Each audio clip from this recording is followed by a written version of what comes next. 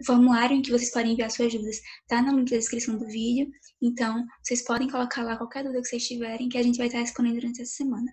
A gente vai mandar e-mail e vai avisar pelo Instagram também o horário e o dia que essa live vai acontecer.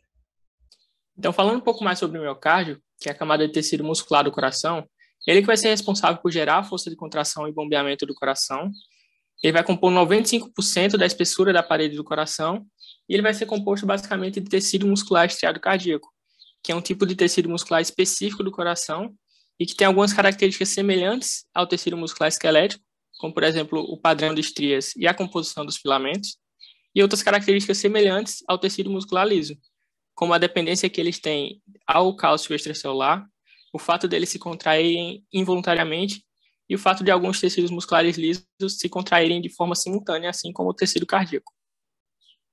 Quanto às características estruturais das fibras do miocárdio, a gente pode citar que, quanto ao comprimento, essas fibras são muito mais curtas do que as fibras do tecido esquelético e cada fibra só vai conter de 1 a 2 núcleos, enquanto no tecido esquelético você vai ter fibras longas e com vários núcleos por fibra. Outra característica também é que essas fibras podem emitir ramificações. Isso vai dar uma aparência de cada célula, uma aparência de degrau de escada, e que vai formar, no tecido geral, uma aparência em forma de rede, em que cada célula vai estar ligada à outra, tanto em série como em paralelo. Outra característica das fibras do miocárdio é que cada célula vai estar conectada com as células vizinhas por meio de discos intercalares, que vão ser estruturas em que a membrana de cada célula vai emitir projeções que vão se intercalar com projeções da membrana de outra célula. E cada disco intercalar, eles vão conter duas estruturas importantes, que são os desmossomos, ou zonas de adesão, e as junções comunicantes. Os desmossomos, eles têm a função, principalmente, de unir firmemente cada célula e transferir a força de contração de cada uma. E elas vão estar localizadas principalmente nas porções transversais desses discos intercalares. Já as junções comunicantes, eles vão estar presentes principalmente nas porções longitudinais dos discos intercalares, e eles vão ter a função de permitir a passagem livre de carga de uma célula a outra. Isso vai ser importante porque permite que o potencial de ação vindo de uma fibra passe livremente para outra, o que vai fazer com que a contração no músculo cardíaco seja coordenada. Já quanto às mitocôndrias, elas vão ser maiores e muito mais numerosas no miocárdio do que no músculo esquelético, chegando a ocupar até 25% de todo o volume da célula. Isso porque o miocárdio vai depender muito mais do oxigênio da respiração celular para gerar energia, sendo que ela consome até o dobro de oxigênio do sangue que é levado a ele do que nos outros tecidos. Já quanto à composição e à organização dessas fibras, elas vão ser muito semelhantes ao tecido muscular esquelético. Então, a gente vai ter fibras formadas por actina e miosina, vai ter a presença de troponina e tropomiosina, e essas fibras vão estar organizadas em sarcômeros. Então, a gente vai ter a formação de faixas A, faixa I, vai ter a formação de linha M e zona H, e vai ter a presença de linha Z, delimitando cada sarcômero. Já quanto os túbulos C, no miocárdio, eles vão passar sobre cada linha Z, eles vão poder se ramificar, e eles vão ser cerca de 5 vezes maiores do que no músculo esquelético. Já quanto o retículo sarcoplasmático, eles não vão formar as cisternas terminais, como a gente vê aqui nesse exemplo que é formado no tecido esquelético, e eles vão ser muito menores, o que vai refletir uma reserva de cálcio intracelular muito menor, o que vai refletir na contração dele, como a gente vai ver mais tarde. Quanto às propriedades funcionais do miocárdio, elas são o inotropismo, o cronotropismo, o dromotropismo, o lusitropismo e o batimotropismo. O inotropismo, ou contratilidade, é a capacidade que o coração tem de se contrair quando ele é estimulado. E quando se diz que uma substância tem um efeito inotrópico positivo, quando se diz que há um inotropismo positivo, isso significa que há um aumento na força de contração. Do contrário, quando você tem um inotropismo negativo, isso significa uma redução na força de contração do miocárdio.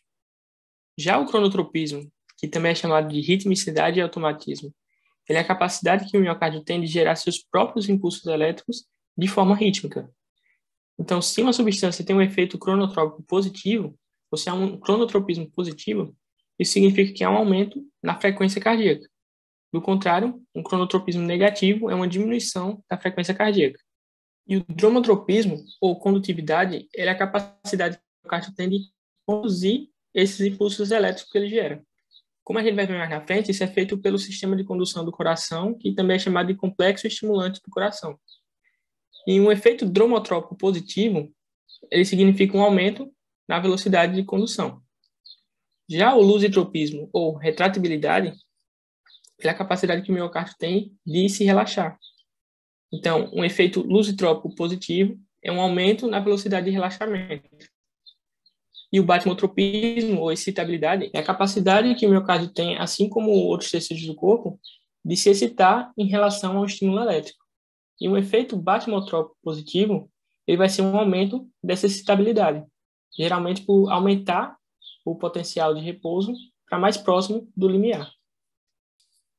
Então, os feixes musculares desse miocárdio, eles vão se distribuir para formar a parede do coração na forma de duas espirais em sentido contrário. Veja que, enquanto superficialmente as fibras vão descer em uma direção, internamente elas vão descer em outra direção contrária. O efeito disso, principalmente no ventrículo esquerdo, vai ser que, quando essas fibras se contraiam, ele vai causar um movimento de torção que vai acabar aproximando a base até o ápice do coração, que vai facilitar a ejeção do sangue. Outra coisa importante é que, enquanto no interior do coração a gente tem os septos dividindo o coração em 4 câmaras, externamente a gente vai ter umas depressões na superfície do coração que vai fazer a divisão externa entre 2 câmaras adjacentes. Nessas depressões, que são chamadas de sulcos, é onde vai estar concentrada a maior parte da gordura que está associada com o epicárdio e onde vai passar os principais vasos sanguíneos que vão irrigar o coração. O principal desses sulcos é o sulco coronário, que ele vai circundar o coração, dividindo o átrio dos ventrículos, o átrio superiormente e os ventrículos inferiormente. Ele tem esse nome coronário justamente porque ele contorna quase todo o coração como uma coroa contorna uma cabeça. Por isso que ele chama coronário, que é semelhante a uma coroa. Outro sulco importante que tem também é o sulco interventricular anterior, que ele vai partir na superfície anterior do coração, dividindo o ventrículo direito do ventrículo esquerdo. Ele vai descer até o ápice do coração, onde ele vai contornar até a parte posterior, onde aí vai formar o sulco interventricular posterior.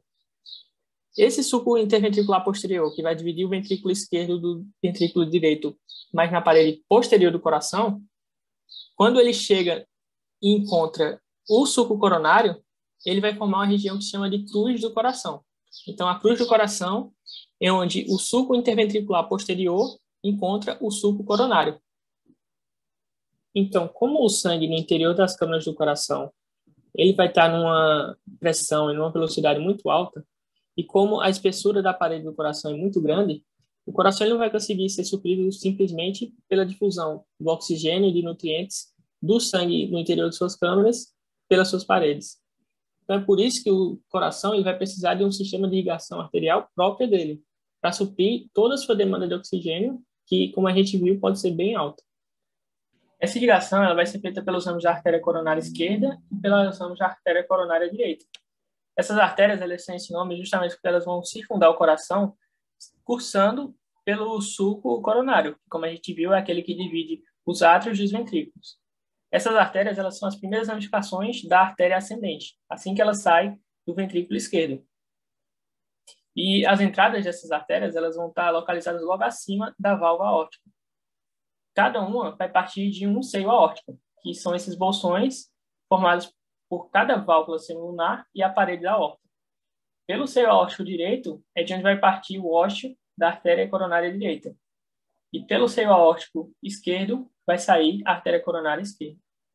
Então, seguindo o percurso de cada artéria coronária, a artéria coronária direita ela vai surgir lá do seio aórtico direito e vai seguir inicialmente por baixo da aurícula direita, pelo sulco coronário, contornar o coração e chegar até a parte posterior do coração.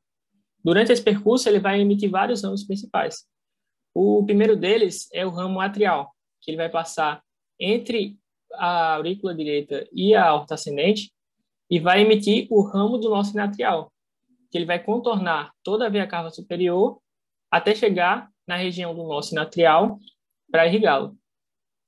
Quando a artéria coronária direita alcança a região da margem inferior do coração, ela vai emitir o ramo marginal direito, que vai seguir por essa margem em direção ao ápice do coração.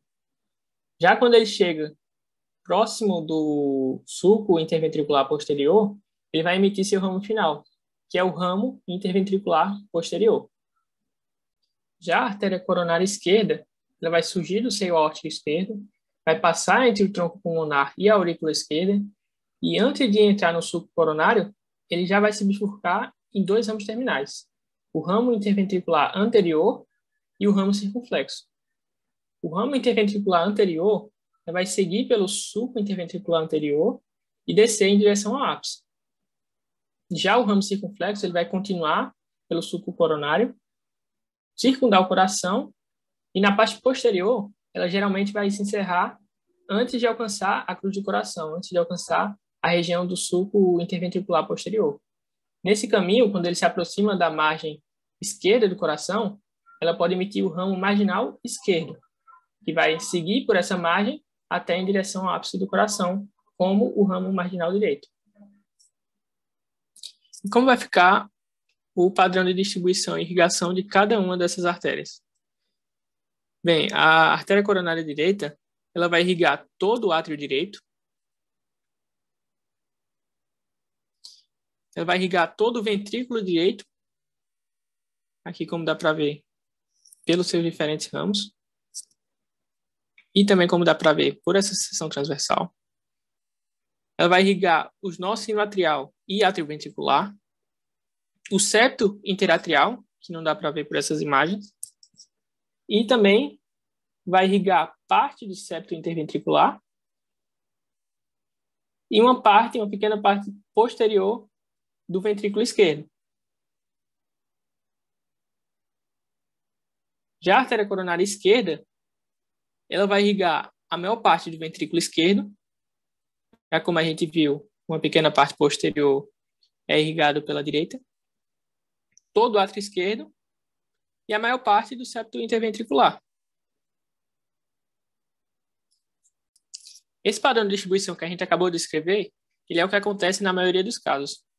Porém, numa pequena parcela da população pode acontecer uma variação anatômica que vai mudar esse padrão de distribuição. O que a gente viu que era mais comum é que a artéria coronária direita era quem alcançava a região da cruz do coração e emitia o ramo interventricular posterior, enquanto o ramo circunflexo da coronária esquerda ficava relativamente curto.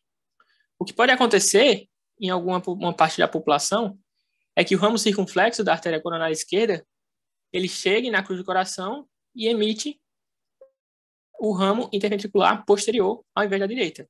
E a direita fica relativamente mais curta. Esse padrão aqui é conhecido como artéria coronária esquerda dominante, enquanto mais comum é uma artéria coronária direita dominante. O que pode acontecer também é que ambas as coronárias esquerda e direita emitam esse ramo interventricular posterior. Outra variação que pode ocorrer é que, ao invés do ramo atrial ser emitido pela artéria coronária direita, como a gente viu que era o mais comum, o que pode acontecer é que ele seja emitido pelo ramo circunflexo, que acontece em 40% da população. E essa aqui é a distribuição de cada uma dessas variações. Essa distribuição que a gente já tinha visto é a mais comum, de um coração com a coronária direita dominante. Essa aqui é a com um coração com a coronária esquerda dominante. Esse aqui é um coração que tem uma codominância entre as duas coronárias. Então, depois que o sangue foi entregue pelas artérias coronárias, passou pelos capilares, elas vão entrar nas veias e voltar para o coração. A maioria das vezes, elas vão voltar para o coração por meio do seio coronário, que é um seio vascular que fica na parte posterior do coração e no sulco coronário. Porém, algumas vezes elas podem retornar direto para o átrio direito. As principais veias que vão drenar para o seio coronário vão ser a veia cardíaca magna, a veia cardíaca pava e a veia cardíaca média, ou interventricular posterior. A veia cardíaca magna, ela se origina desde o ápice do coração e ascende pelo sulco interventricular anterior. Quando ela está nesse segmento, ela está associada com o ramo interventricular anterior da artéria coronária esquerda. Porém, quando ela chega no sulco coronário, ela torna para a esquerda e segue pelo sulco associado com o ramo circunflexo da artéria coronária esquerda. Na face posterior do coração, ele vai desembocar direto na extremidade do seio coronário.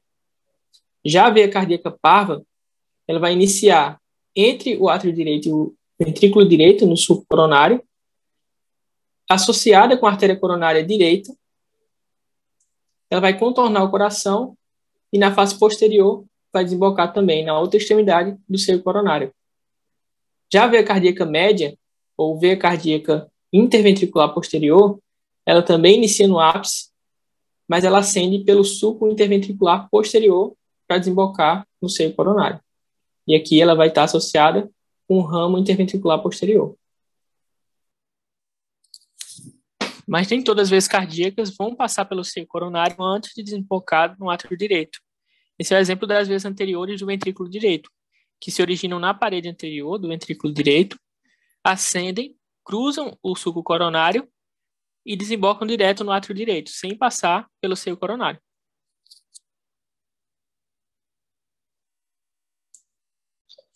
Falando um pouco agora sobre a inervação do coração, é importante a gente lembrar, e a gente vai ver melhor quando for tratar sobre o complexo estimulante do coração, é que os batimentos cardíacos e os estímulos que geram esses batimentos, eles são intrínsecos ao coração.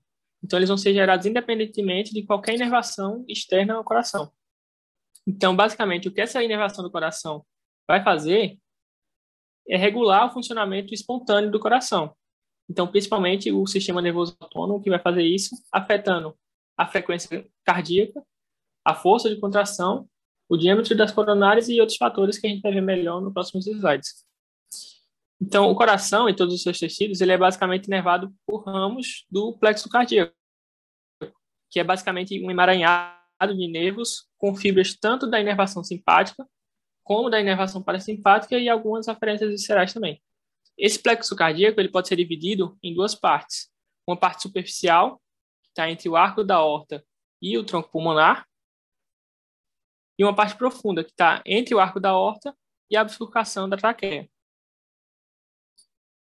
Quanto à inervação simpática, que vai compor esse plexo cardíaco, as fibras pré-ganglionares elas vão basicamente partir do corno lateral da medula, dos 5 ou 6 primeiros segmentos torácicos.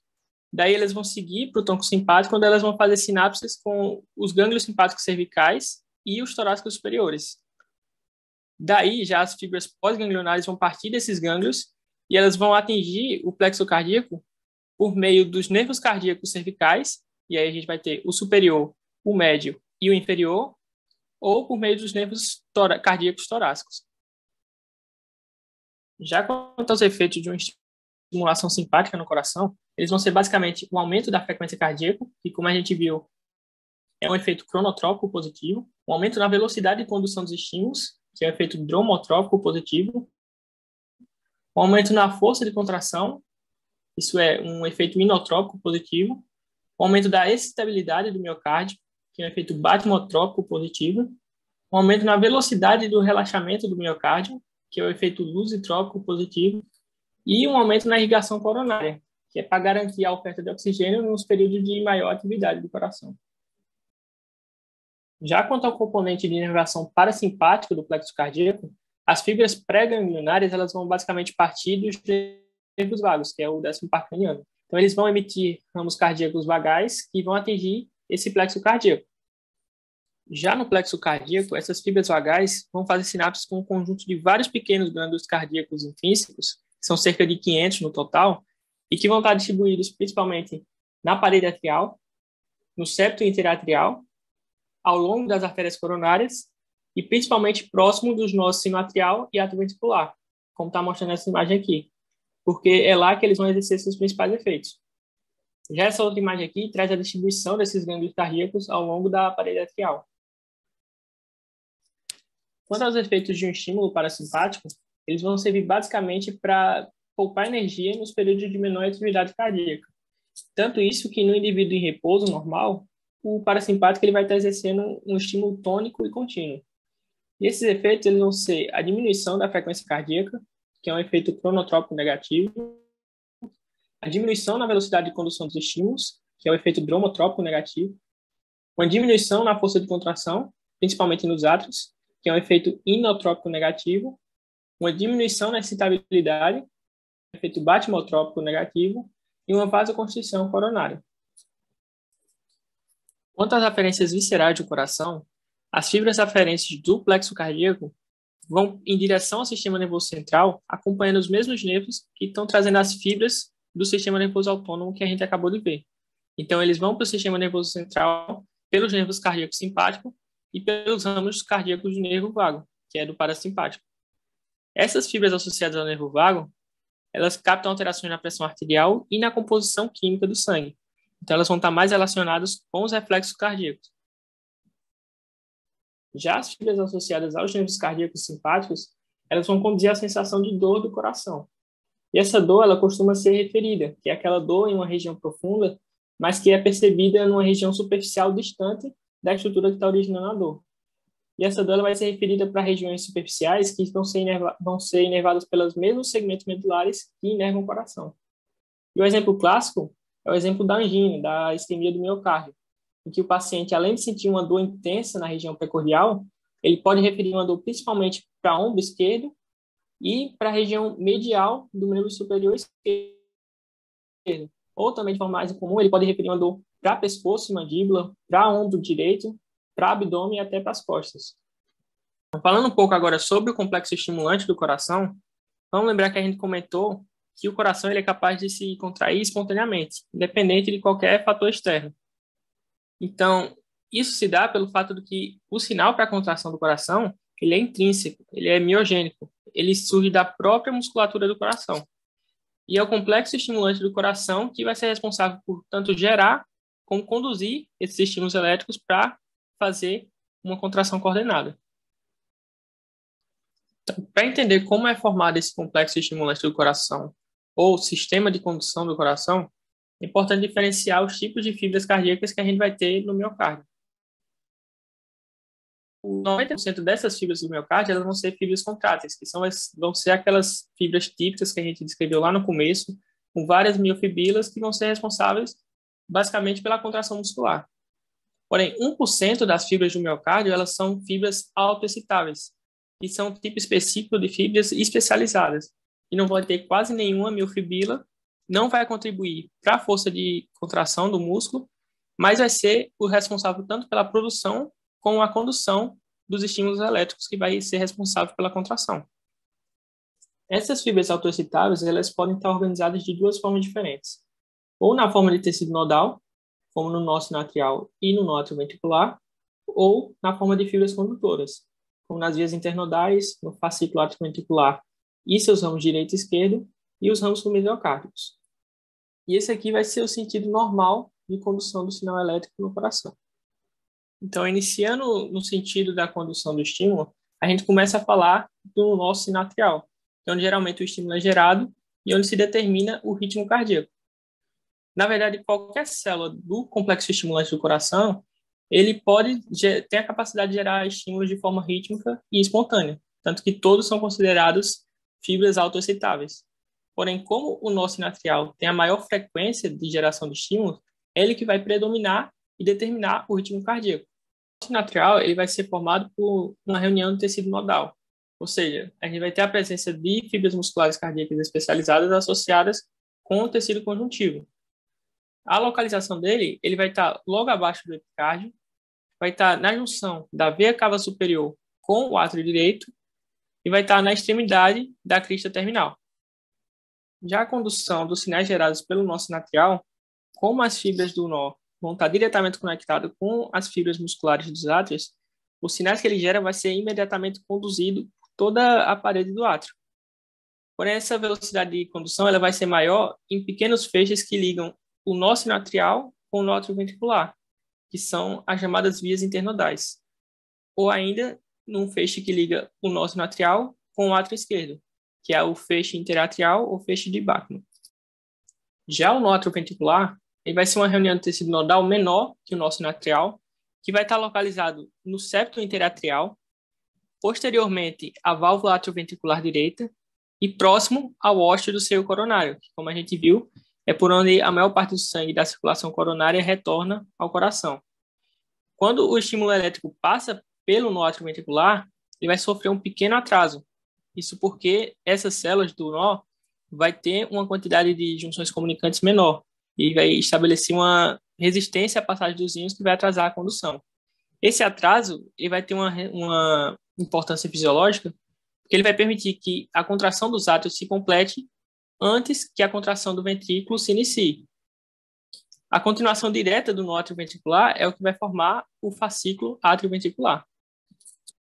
E esse feixe atrioventricular ele vai ser a única ponte de condução elétrica entre o miocárdio atrial e o miocárdio ventricular. Porque, como a gente viu, essas duas porções de miocárdio elas vão estar isoladas eletricamente pelo esqueleto fibroso do coração. E o que o feixe atrioventricular vai fazer é perfurar esse esqueleto fibroso, vai seguir pela parte membranácea do septo interventricular, e na junção entre a parte membranácea e a parte muscular do septo interventricular, ele vai se bifurcar em ramo direito e ramo esquerdo do fascículo. Então, cada um desses ramos vai seguir por cada lado do septo interventricular, até que eles vão se dividir num componente do estimulante do coração, que são os ramos subendocárdicos, que também são conhecidos como fibras de Purkinje. Como os ramos subendocárdicos eles vão ter uma área de contato muito maior com as fibras musculares vizinhas, quando o estímulo chega nesses ramos, vai surgir uma onda partindo do ápice que vai se espalhar por todo o miocárdio ventricular. Então, agora que a gente viu como esses estímulos eles vão ser conduzidos por todo o coração, vamos ver quais são a diferença desses potenciais de ações em cada célula do miocárdio e como esses potenciais de ação vão gerar a contração. Iniciando pelo potencial de ação nas células autoexcitáveis, o que vai explicar a capacidade dessas células de gerarem potenciais de ações de forma espontânea vai ser que, diferente das outras células excitáveis do corpo, elas não vão possuir um potencial de repouso, elas nunca vão permanecer com um potencial de membrana constante. Ao invés disso, elas vão ter um potencial que é chamado de potencial de marca-passo, que é um potencial estável que vai iniciar lá em menos 60 milivolts e gradualmente vai aumentar até atingir o limiar e disparar um potencial de ação. E isso vai voltar a se repetir, já que depois que você tem o final do potencial de ação, a repolarização, o potencial de membrana vai voltar a crescer lentamente de novo até atingir o limiar e disparar outro potencial de ação. E assim por diante. Outra diferença que as células autoexcitáveis têm para outras células excitáveis do corpo é que a fase de despolarização rápida ela vai se dar por um influxo de cálcio dentro da célula e não um influxo de sódio, como é comum das outras células. Já a repolarização ela vai ser similar às outras células excitáveis do corpo, pela saída da célula dos íons potássio. Todas essas diferenças no potencial das células autoexcitáveis, elas vão ser explicadas pelos diferentes canais que eles vão apresentar na membrana. O principal deles vão ser os canais IF, que são os que vão estar abertos no início do potencial de marca-passo, lá em menos 60 milivolts. Esses canais IF eles vão permitir a entrada de sódio na célula, o que vai gradualmente deixar o potencial cada vez menos negativo, até que quando ele chega próximo do limiar, esses canais IF vão se fechar, mas alguns canais de cálcio eles vão se abrir, o que vai continuar uma despolarização até que se atinja o limiar. Quando esse limiar de cerca de menos 40 milivolts é atingido, vários outros canais de cálcio vão se abrir e esse influxo rápido de cálcio vai gerar a fase de despolarização rápida do potencial de ação. Daí um pico de cerca de mais 20 milivolts vai ser atingido, que é quando os canais de cálcio vão se fechar e os canais lentos de potássio vão se abrir, que vai causar a fase de repolarização rápida, que vai levar o potencial de volta a cerca de menos 60 milivolts, que é quando os canais de IF vão se abrir de novo, permitir a entrada de sódio e gradualmente elevar o potencial de membrana até o limiar novamente e o ciclo se repete. Depois que esses potenciais são gerados nas células autoexcitáveis, como a gente vê, elas vão se propagar pelas células contráteis adjacentes e uma por uma esse potencial de ação vai se propagar. E como a gente vai ver agora, esse potencial das células contráteis também vai ser diferente das demais células excitáveis. As diferenças que esses potenciais de ações nas células contráteis do miocárdio vão ter é que, primeiro, o potencial de repouso delas vão ser muito mais baixo que nas outras células, chegando a cerca de menos 90 milivolts.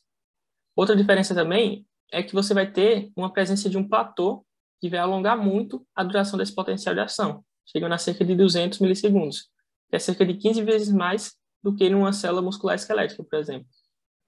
Mas, similarmente às outras células excitáveis do corpo, a fase de despolarização vai ser causada pela entrada de sódio e a fase de repolarização vai ser causada também pela saída de potássio. Esses potenciais de ação nas células contráteis, eles vão ser divididos em 5 fases enumeradas de 0 a 4. Inicialmente, a célula vai estar no seu potencial de repouso, que é a fase 4, que é cerca de menos 90 milivolts. Porém, quando você tem a propagação pelas células vizinhas do potencial de ação, a entrada de cargas pelas junções comunicantes vai causar a abertura de canais de sódio dependente de voltagem e causar um aumento da permeabilidade ao sódio na célula. Isso vai fazer com que você tenha a fase 0 desse potencial de ação, que é a fase de despolarização. Essa fase de despolarização vai alcançar um pico de mais 20 milivolts, que é quando os canais de sódio vão se fechar e os canais de potássio vão começar a se abrir, iniciando a fase 1, que é a fase de repolarização inicial, que é quando o potencial de membrana vai brevemente começar a decair antes de começar a fase 2, que é a fase de platô. A fase de platô, a gente vai ter uma certa constância no potencial de ação por 2 fatores principais. O primeiro é que esses canais de potássio que estavam se abrindo vão ter uma queda brusca na permeabilidade. E, ao mesmo tempo, você vai ter a abertura de canais de cálcio que vai permitir o influxo para dentro da célula, mantendo o potencial constante. Essa entrada de cálcio na célula, a gente vai ver no próximo slide que ele vai ser importante para a contração muscular. Porém, enquanto esses canais fecharem, a permeabilidade ao potássio volta a subir, causando a fase de repolarização rápida, em que o potencial de membrana vai retornar a seu potencial de repouso, novamente. E como que esse potencial das fibras contráteis vai causar a contração? Bem, isso se dá pelo que se chama de acoplamento, excitação, contração, que é o mecanismo pelo qual o potencial de ação provoca a contração das miofibrilas.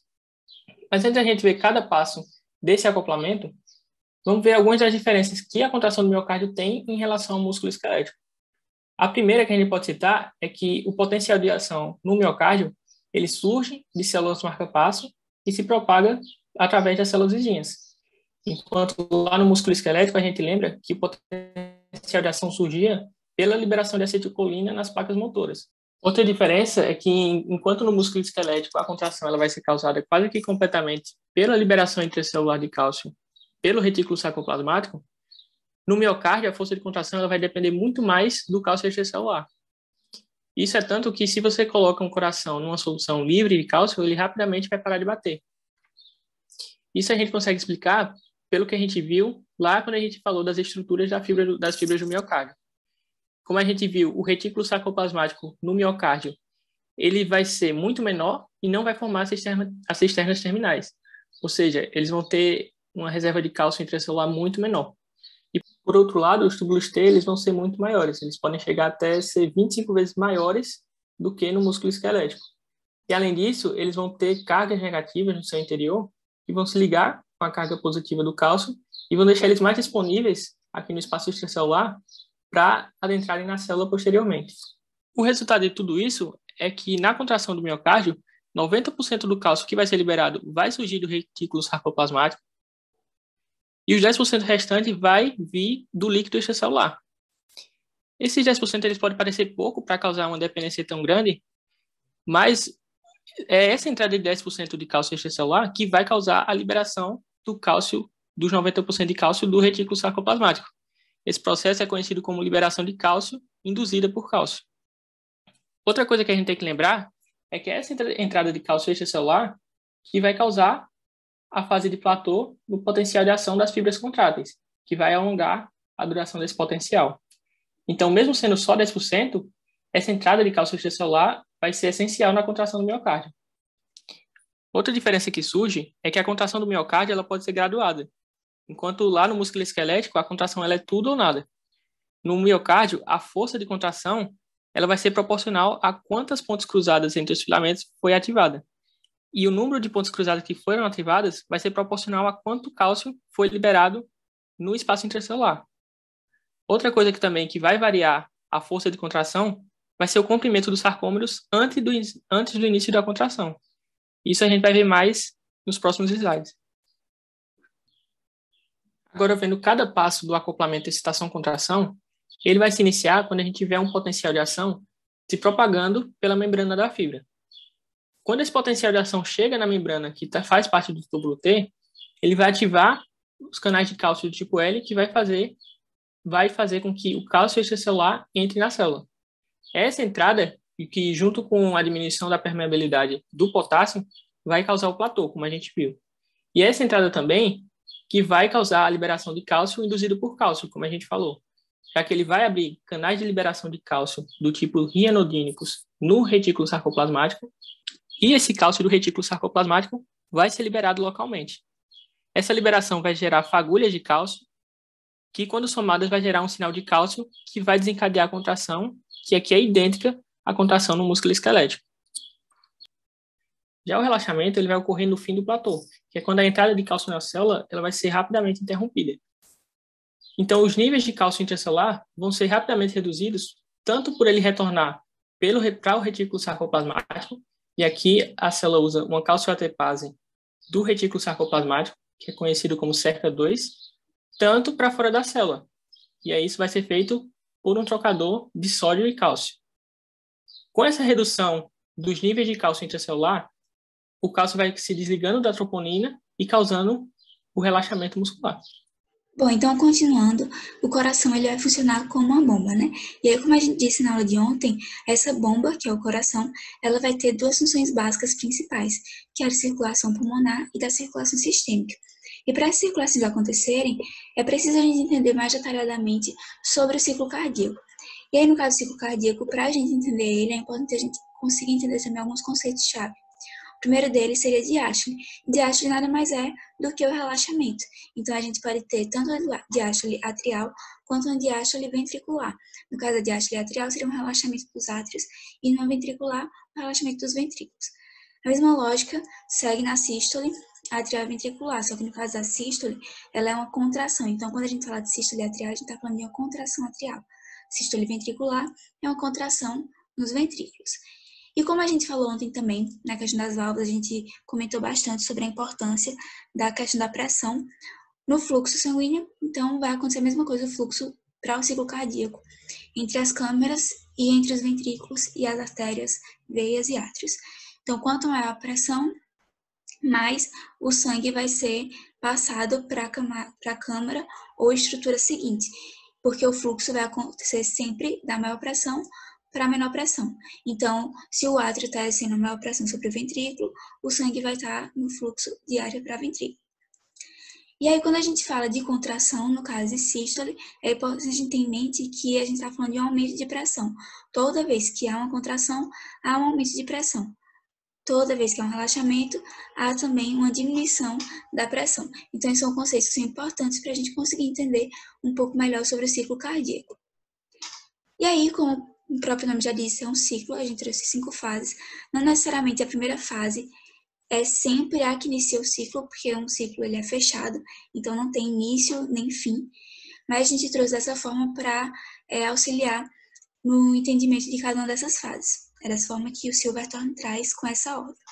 Então, a gente tem 5 fases. A primeira delas é a final da diástole, a segunda é a sístole atrial, então, revisando aqueles conceitos, é a contração dos átrios. A terceira é a contração ventricular isovolumétrica. Então, o ventrículo está sofrendo uma contração, está em sístole, e isovolumétrica, porque o volume dele não está mudando. Na quarta, a gente tem a ejeção ventricular, que é quando o ventrículo ele ejeta o sangue para as artérias. E na quinta, relaxamento ventricular isovolumétrico, que é basicamente o contrário da fase 3, em que o volume realmente também não muda, mas o ventrículo está em relaxamento e não em contração, como na fase 3. E aí, partindo para cada uma dessas fases, na primeira fase, final da diástole, o Silverthorne traz como o coração em repouso. O que acontece nessa fase? Está naquela diástole atrial e ventricular, ou seja, tanto o átrio quanto o ventrículo, eles estão relaxados. Nessa fase está entrando sangue pelas veias, cava superior e inferior no átrio. No caso, a gente está falando, considerando o lado direito do coração. Está entrando sangue pelo átrio, então ele está relaxando nesse momento, ele não está sofrendo contração. E no caso do ventrículo também está acontecendo relaxamento, porque nessa fase a pressão do átrio ela já está maior do que a pressão do ventrículo. E a gente viu que quando a pressão do átrio ela está maior do que a do ventrículo, a válvula atrioventricular ela se abre. Então, no momento dessa fase, do final da diástole, o que está acontecendo é justamente isso. O átrio está com a pressão maior do que o ventrículo, então a válvula atrioventricular está aberta. Está tendo passagem do sangue do átrio para o ventrículo, porém nenhuma dessas câmaras estão sofrendo contração, nenhuma delas está em sístole. E aí, porque o átrio não está em sístole, está acontecendo então um preenchimento ventricular que a gente chama de passivo, porque não há essa contração do átrio para empurrar o sangue para o ventrículo. Inclusive, é nesse preenchimento ventricular passivo que a maior parte do sangue é ejetado do átrio para o ventrículo. 80% do sangue, segundo o Guyton, é ejetado nessa fase do preenchimento ventricular passivo. E aí a gente vem para a segunda fase, que é uma fase sístole atrial. Então, se a gente fala de sístole, a gente fala de contração. E aí o que é que vai acontecer? No átrio vai estar tendo essa contração e aí vai acabar empurrando o restante do sangue que faltava para o ventrículo. Por conta dessa contração, a gente chama essa fase, esse preenchimento, de um preenchimento ventricular ativo, porque o átrio está sendo contraído, ele está sofrendo uma sístole nesse momento. E aí, como eu falei, a maior parte do sangue é ejetado na primeira fase, quando tem um preenchimento ventricular passivo, e aí o restante, que seriam uns 20% do enchimento, vai acontecer nessa segunda fase em que há o preenchimento ativo. E aí a gente passa para a terceira fase. Nessa terceira fase, é importante a gente perceber que tanto a válvula atrioventricular quanto a semilunar está fechada. E aí essa fase vai iniciar justamente quando a válvula atrioventricular se fecha. Então, assim que o ventrículo atinge uma pressão maior do que o átrio, essa válvula vai se fechar e aí vai soltar aquele som que a gente comentou que é a B1, é o TUM. E aí nesse TUM, quando fechar a válvula, o ventrículo ele vai estar ali com volume constante de sangue. Então, por isso que a gente chama de isovolumétrica, porque nessa fase nenhuma das válvulas estão abertas, porém o ventrículo ele sofre contração nessa fase. Ele está sofrendo sístole, então ele está sofrendo uma sístole, mas o sangue ele não está sendo ejetado para canto nenhum.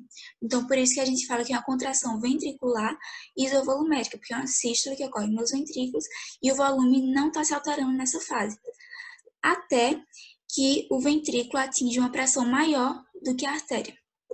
Quando ele atinge essa pressão maior, a válvula semilunar vai se abrir e o sangue vai ser ejetado do ventrículo para a válvula. Por isso que a gente chama essa fase de ejeção ventricular, porque o ventrículo vai estar ejetando sangue para as artérias para aí seguir para a circulação sistêmica ou pulmonar. Nessa fase, o ventrículo também está sofrendo sístole, porque na anterior ele já sofria a sístole, porém na segunda ele sofre a sístole com pressão maior do que a artéria. E aí, como eu já falei, as válvulas vão se abrir e vai ocorrer essa ejeção do sangue. E a quinta e última fase, dá pra gente fazer o paralelo dela com a terceira, porque as válvulas também estão fechadas nessa fase, só que nessa fase não tem sangue no ventrículo. Na verdade, existe sim o sangue.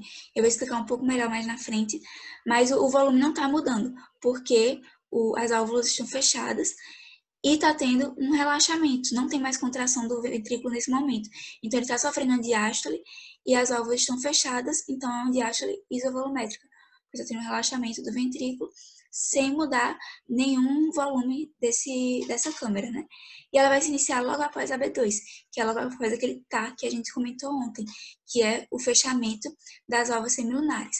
Então, quando a artéria atinge uma pressão maior do que o ventrículo, as válvulas semilunares fecham, emitem o barulho do TAR, e aí começa então essa quinta fase, que é o relaxamento ventricular isovolumétrico.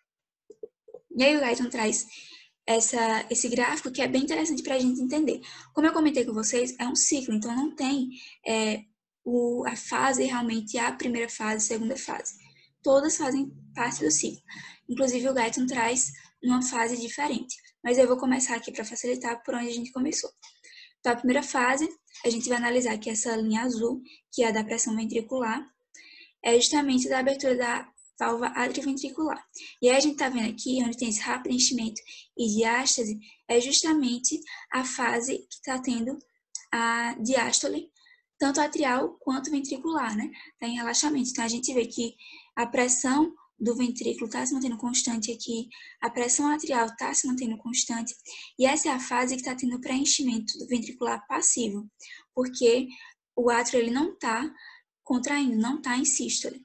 E aí, como eu comentei com vocês, vocês podem ver que o volume nessa linha vermelha ventricular, ele está crescendo numa velocidade aqui maior do que nessa fase seguinte.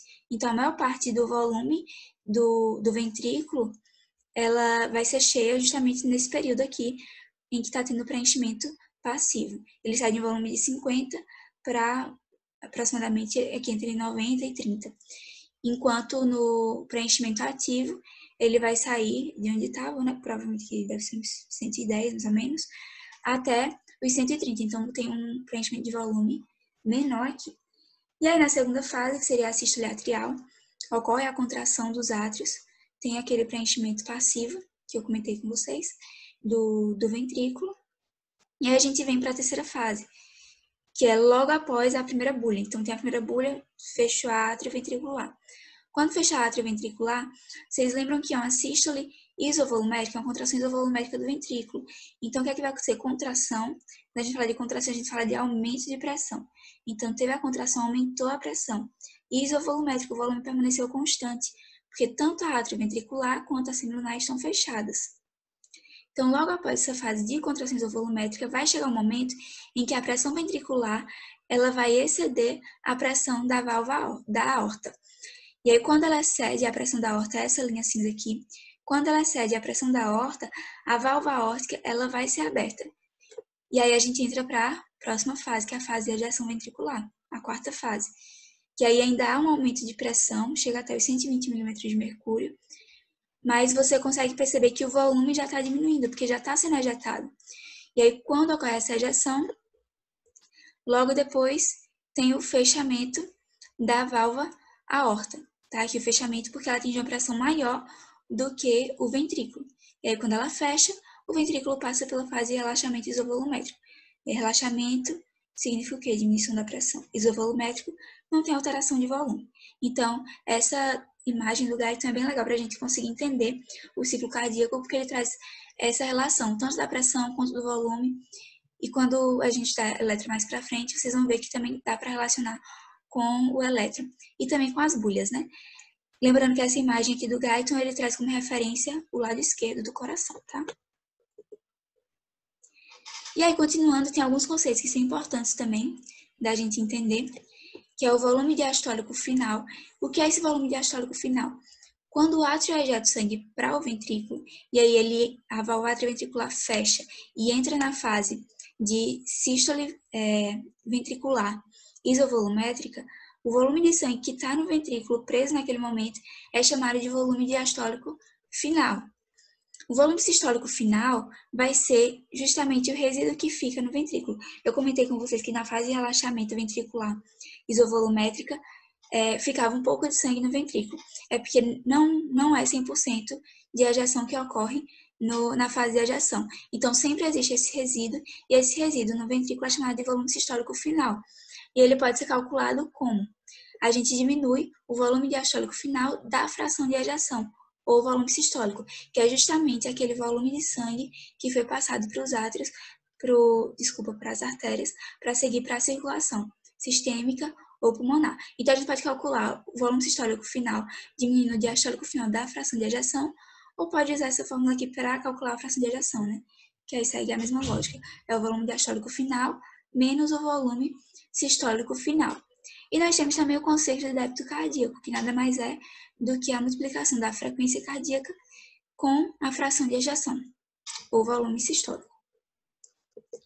E aí, aproveitando esses conceitos, tem um mecanismo compensatório que é muito importante, que se chama de Lei de Frank-Starling. E essa lei ela é muito importante na cardiologia, porque ela vai, como eu já falei, é um mecanismo compensatório. Então, vai tentar compensar ali um volume diastólico aumentado ou diminuído, ou seja, fora da normalidade. Então, qual é o ponto-chave dessa lei de Frank-Starling? É a gente analisar quanto de volume diastólico final está sendo determinado pelo retorno venoso. E aí, 3 fatores podem alterar esse volume diastólico final. O primeiro deles seria uma venoconstrição, causada por uma compressão das veias. O segundo deles, uma mudança na pressão do abdômen e do tórax durante a respiração. Então, quando a gente acaba exercendo uma pressão maior na respiração, isso pode gerar também mudanças no volume diastólico final. E a inervação simpática das veias, que a gente vai falar um pouco mais para frente dessa questão do sistema nervoso autônomo na pressão arterial. E aí essa inervação simpática também está relacionada com a questão da venoconstrição, né? Porque a gente sabe que os neurônios, a ativação simpática, ela vai acabar gerando uma constrição dos vasos. E aí o que acontece? Quando o volume diastólico final está aumentado, há também um aumento da contração cardíaca. Por quê? O volume diastólico final está diretamente ligado ao débito cardíaco. Quando a gente fala de um volume diastólico final aumentado, a gente também fala de um débito cardíaco aumentado. Então, a gente já consegue ver que também tem relação com a frequência cardíaca. Porque o débito cardíaco aumentado significa também uma frequência cardíaca aumentada. Então, quando tem um volume diastólico final alto, o organismo ele vai tentar compensar, fazendo com que haja uma maior ejeção de sangue para que o volume diastólico volte a ficar aquele volume que é considerado normal. Então, ele está aumentado, o coração vai aumentar a contração para ejetar mais sangue para as artérias. Se o volume diastólico final estiver diminuído, vai haver também uma diminuição na contração cardíaca. A contração ela vai ser mais fraca, vai ter uma pressão, exercer uma pressão menor para ejetar menos sangue e conseguir manter o volume diastólico final que seja do valor normal, do valor padrão. E aí, já que a gente já começou a falar de frequência cardíaca, débito cardíaco, então é importante a gente entender qual é o valor de referência normal para a frequência cardíaca no adulto. Então, a frequência cardíaca no adulto normal, ela está entre 50 e 100 batimentos por minuto. Quando essa frequência cardíaca, ela foge desse padrão de normalidade e a pessoa tem uma frequência cardíaca aumentada, ou seja, uma taquicardia, ou uma frequência cardíaca diminuída, então a gente tem a ativação ou dos neurônios simpáticos ou dos neurônios parasimpáticos. E aí, para tentar ajustar essa frequência. No caso do parasimpático, se a frequência cardíaca estiver muito aumentada, então vai ter estimulação parasimpática para diminuir essa frequência cardíaca. E no simpático, quando a frequência cardíaca está muito diminuída, a ativação, estimulação dos nervos simpáticos para aumentar essa frequência cardíaca, tá? E agora vamos entrar um pouquinho em cada um. Quando a gente fala de controle parasimpático, é importante a gente saber que no bulbo existe o centro de controle cardiovascular. Esse centro de controle vai ser muito importante porque a gente vai ver que ele vai regular a pressão arterial nessa questão do sistema nervoso autônomo por dois mecanismos que a gente vai falar mais para frente, que seriam os baroreceptores e através do sistema renina-angiotensina-aldosterona. Mas continuando aqui, quando a frequência cardíaca ela está aumentada, é enviado um sinal para o controle, o centro de controle cardiovascular no bulbo, que vai gerar estimulação parasimpática para diminuir essa frequência cardíaca. E aí o que acontece? Os neurônios parasimpáticos eles vão se ligar aos receptores muscarínicos que estão lá nas células autoestáveis do coração. Quando eles se ligarem a esses receptores, ele vai gerar um aumento de efluxo de potássio. E o que é que esse aumento de efluxo de potássio vai fazer? Esse aumento é justamente a saída de potássio da célula. Saída de potássio gera uma hiperpolarização. Se eu aumento a saída de potássio mais do que o normal, então eu aumento também a hiperpolarização. Então aqui a gente está vendo um potencial normal. E aqui a gente está vendo com a atuação parasimpática. O que acontece? Se eu aumentar o efluxo de potássio, vai aumentar a hiperpolarização. E vocês conseguem ver que o potencial de membrana se torna mais negativo e para ele chegar ao limiar ele vai precisar de um potencial maior. Então é isso que o parasimpático vai fazer quando ele aumenta o efluxo de potássio. Vai aumentar a hiperpolarização, fazendo com que necessite de um potencial maior para alcançar o limiar. E aí outra atuação do parasimpático seria o influxo de cálcio. Então ele vai diminuir a entrada de cálcio também na célula. Diminuindo esse influxo de cálcio vai gerar um retardo na despolarização, porque o cálcio, ele gera uma despolarização na célula. Se eu diminuo esse influxo, essa despolarização também vai ser retardada. Então essa despolarização a gente consegue ver aqui. Na linha cinza, que é o normal, a gente consegue ver que o tempo está no eixo X de despolarização ele é muito menor do que quando há estimulação parasimpática. A gente vê que, no caso desse gráfico, ele basicamente dobrou de tamanho, então ele torna a despolarização mais lenta. Então a gente pode dizer que o controle parasimpático ele atua de duas formas. Ele atua aumentando a hiperpolarização diminuindo ainda mais o potencial da membrana, fazendo com que demore mais, precise de um potencial maior para alcançar o limiar, e ele atua retardando a despolarização. Isso vai fazer com que haja uma diminuição da frequência cardíaca em relação à frequência normal. Já o controle simpático vai ocorrer quando a frequência cardíaca, o organismo percebe que a frequência cardíaca está diminuída, então o centro de controle cardiovascular vai ativar os neurônios simpáticos, que vão se ligar a receptores em células autoestáveis do coração. E ao contrário do parasimpático, que a gente viu que diminuía o influxo de cálcio, o simpático ele vai aumentar o influxo de cálcio, mas não só o de cálcio, o de sódio também, porque esses cátions são responsáveis pela despolarização da célula. E se eu aumento o influxo de cálcio e de sódio, então eu vou estar fazendo o quê?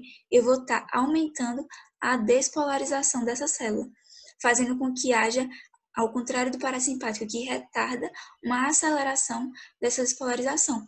E aí eu consigo aumentar a frequência cardíaca.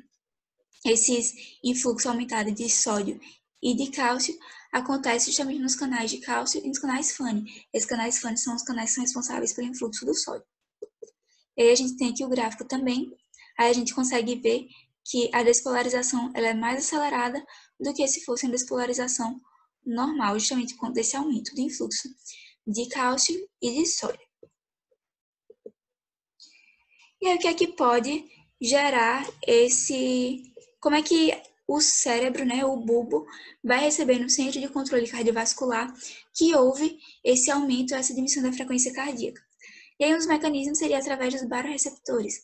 Baroreceptores são mecanorreceptores que estão presentes na parede das artérias aorta e carótida. Então, nessas localizações, eles vão estar monitorando a pressão do sangue que está indo tanto para o cérebro, através da artéria carótida, quanto para o corpo, através da artéria aorta. E aí, o que acontece? Os baroreceptores, eles estão sempre emitindo sinais. Eles estão funcionando sempre, de forma constante. Eles emitem sinais sempre para esse centro de controle cardiovascular que fica no bulbo. Porém, quando a pressão arterial ela aumenta, esses baroreceptores eles sofrem um estiramento da membrana. E esse estiramento faz com que eles disparem sinais numa frequência maior. Com essa disparada de sinais maior, o centro de controle cardiovascular entende que a frequência cardíaca está aumentada e aí começa todo aquele processo que a gente falou aqui na modulação através do sistema nervoso autônomo, No caso, frequência cardíaca aumentada, vai ter uma ativação parasimpática para diminuir essa frequência cardíaca. E aí o Silverthorne traz esse quadro que é muito interessante, porque mostra de forma bem resumida e clara como é que acontece esse mecanismo. Então, quando eu tenho um aumento da pressão arterial, que vai gerar um aumento da frequência cardíaca, os disparos nos baroreceptores vão aumentar também. Isso vai chegar, essa informação, no centro de controle cardiovascular bulbar, vai ter uma estimulação parasimpática e uma inibição simpática.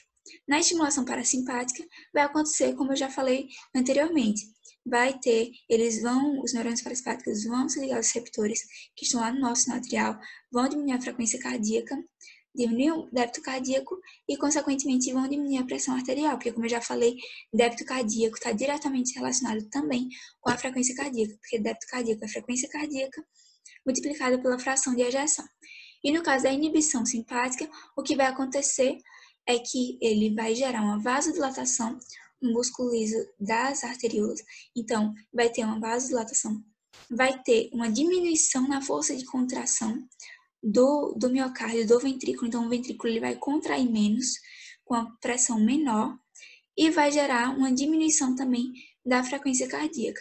E aí, como resultado dessa inibição simpática, a gente vai ter uma menor regência periférica e um menor débito cardíaco, que aí vai gerar uma menor pressão arterial. Lembrando que esse resultado vai gerar uma retroalimentação negativa para os baroreceptores, e aí ele já vai começar a agir de outra forma, porque agora já não é uma pressão arterial aumentada, mas uma pressão arterial diminuída.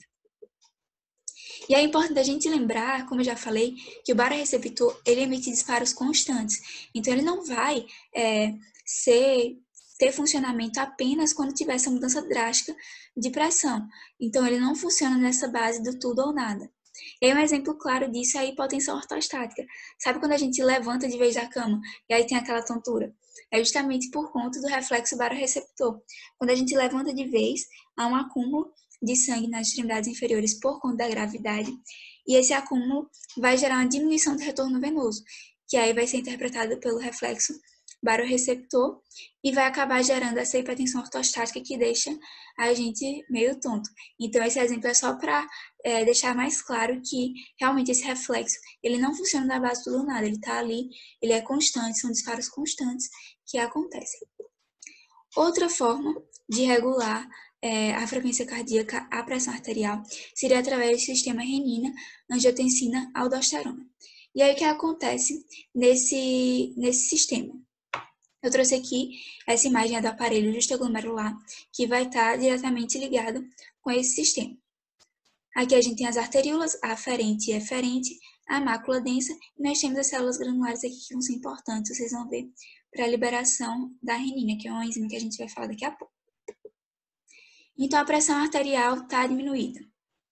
Vai ter, pelos vasoreceptores, uma informação que vai ser enviada para o centro de controle cardiovascular, vai aumentar a atividade simpática, como a gente já viu, e vai gerar o aumento da frequência cardíaca, uma normalização dessa pressão arterial. Mas vai ter atuação também no sistema, no aparelho justoglomerular. Por quê? Com a pressão arterial diminuída, a gente tem também uma diminuição da taxa de filtração glomerular. Essa diminuição da taxa de filtração glomerular vai gerar uma diminuição no fluxo de cloreto de sódio pela mácula densa, que é justamente essas células aqui, essa região da mácula densa, que vai acabar estimulando o quê? As células granulares da arteríola aferente, que são essas células aqui, arteríola aferente, células granulares. Essas células granulares que vai ser estimulada tanto por esse mecanismo do aparelho justoglomerular quanto pelo mecanismo dos vasoreceptores, vai produzir uma enzima que a gente chama de renina. Então, essa enzima ela vai converter o angiotensínio que está presente no plasma em angiotensina 1.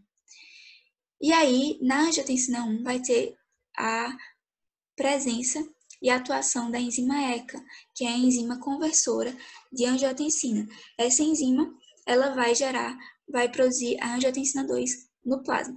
Essa enzima está presente já no endotélio dos vasos sanguíneos. E essa angiotensina 2 ela vai acabar gerando diversas respostas que vão acabar culminando no aumento da pressão arterial, porque a gente trouxe uma situação de pressão arterial diminuída, né?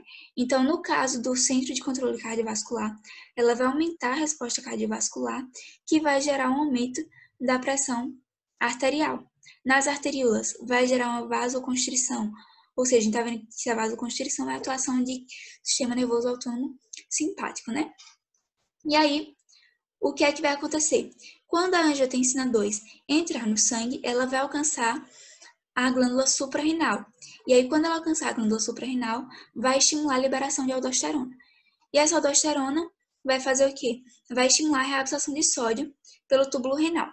Então, vai ser esse mecanismo que vai gerar todos esses fatores que estão presentes aqui. Então, ó, vai ter também a estimulação na adrenal, na suprarrenal, que vai gerar o aumento da aldosterona, um aumento da reabsorção de sódio. E aí, esse aumento da reabsorção de sódio não vai ser o responsável direto pelo aumento da pressão arterial, mas ele vai acabar gerando um aumento de volume e da osmolaridade, vai estimular a sede, e aí sim vai ter um aumento da pressão arterial. Então, quando a gente está com a frequência cardíaca alterada, aumentada ou diminuída, pressão arterial aumentada ou diminuída, a gente tem basicamente esses dois mecanismos principais de regulação, principalmente da pressão, né? Que é o sistema renina-angiotensina-aldosterona e através dos reflexos barorreceptores. Então é isso, pessoal. Espero que vocês tenham gostado da aula. Muito obrigada por terem assistido até aqui. Essa semana nós vamos ter a live com o professor William. Ele vai estar aprofundando o tema, vai estar tirando as dúvidas que vocês mandarem no questionário. No link da descrição do vídeo já tem o formulário que vocês podem mandar as dúvidas de vocês e preencherem para garantirem a presença de vocês, para conseguirem a emissão do certificado no final do minicurso. E é isso, espero que vocês gostem, que vocês continuem participando do minicurso e assistindo às próximas aulas que irão surgir.